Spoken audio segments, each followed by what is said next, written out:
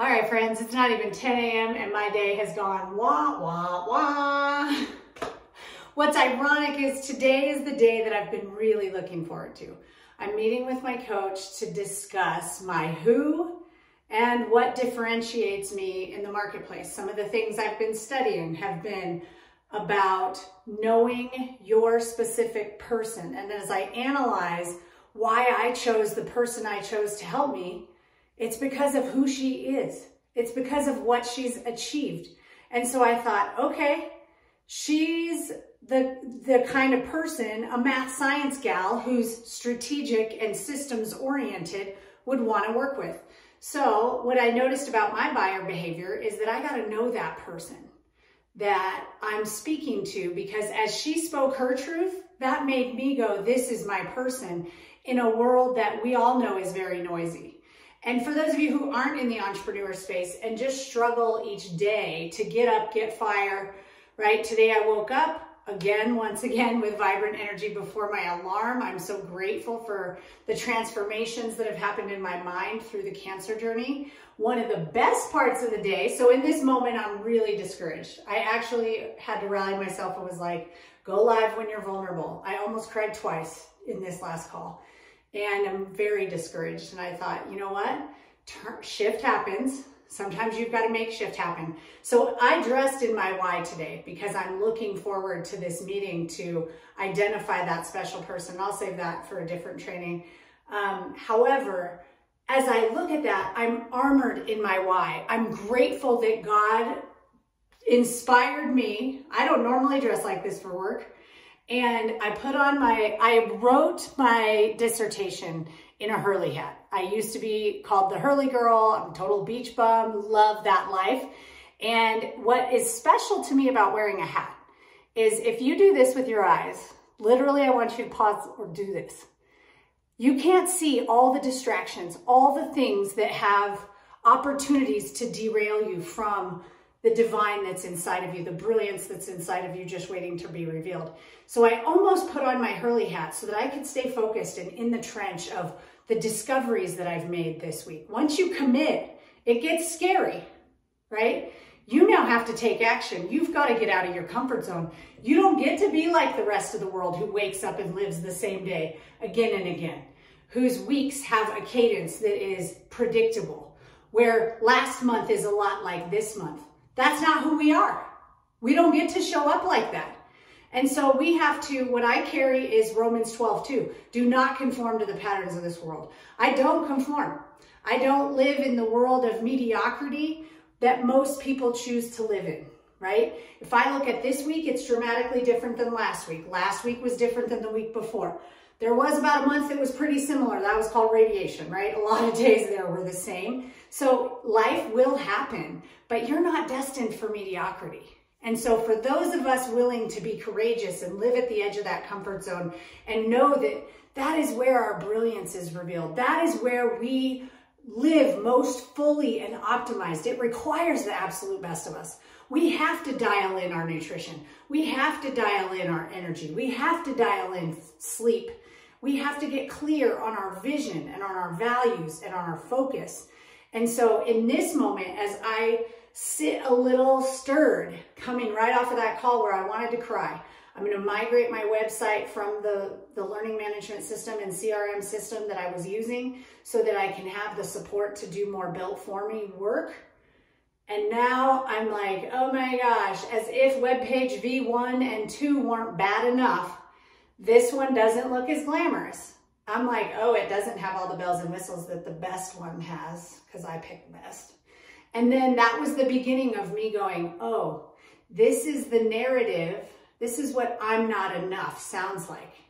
It's that voice inside that tells you this is not going to work. Oh my gosh, it's going to be way too much. I don't know if I'm going to be able to handle it. I can't do all this by myself. Holy cow, I can't manage one more thing, right? I'm managing a layoff and cancer and homeschooling my child. So today, knowing this was going to be a big day, I have a big meeting with my coach this afternoon, and I am going to get clear that as I talked about in the last video, I've been narrowing, and as you narrow to find your purpose and your person, and your who, wow, big things happen, right? I looked back at who am I uniquely positioned to serve? What have I been through that has meaning and value that I can bring to the table to help somebody else so that their journey doesn't have to be as hard? And I thought I had a fire session yesterday. I was doing my happy dance. I was so excited and I just couldn't hide it. I'm about to lose control and I think I like it. Does anyone else think in song like half of the day? So today, knowing it was going to be a big day, knowing this is where discouragement happens. I'm going to pull up real quick. I hadn't planned on doing this, so give me a second. Here we go. I got my morning mightiness mantras. Today I chose, these are the desires of my heart, and this is what I was born to do. This has been on my heart for 7 years. And I've been playing with it, and I finally have the financial means to stop everything and go full throttle. I set new standards for myself and discover my potential every day.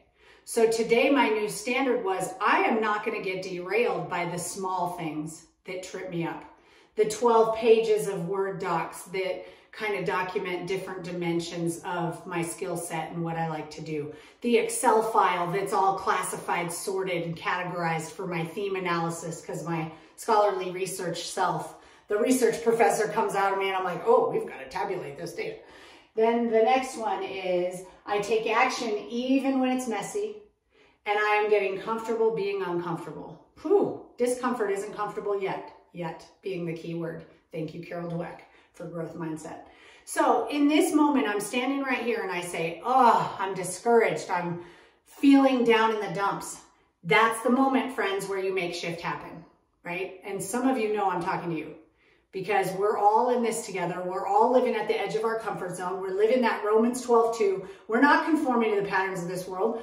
Last week will be different than this week. Next week will be even different than that. And months from now, we won't go, wow, this year passed fast. What happened? Where did January go?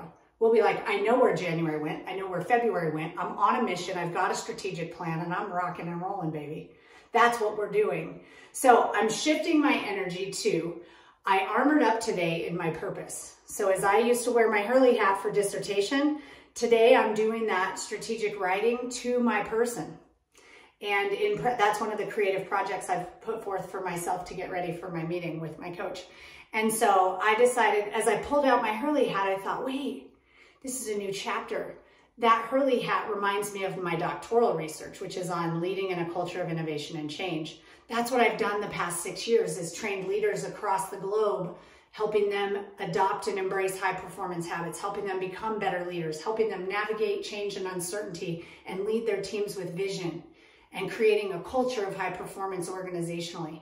But I decided to draw a line in the sand and say, you don't have to be that person anymore.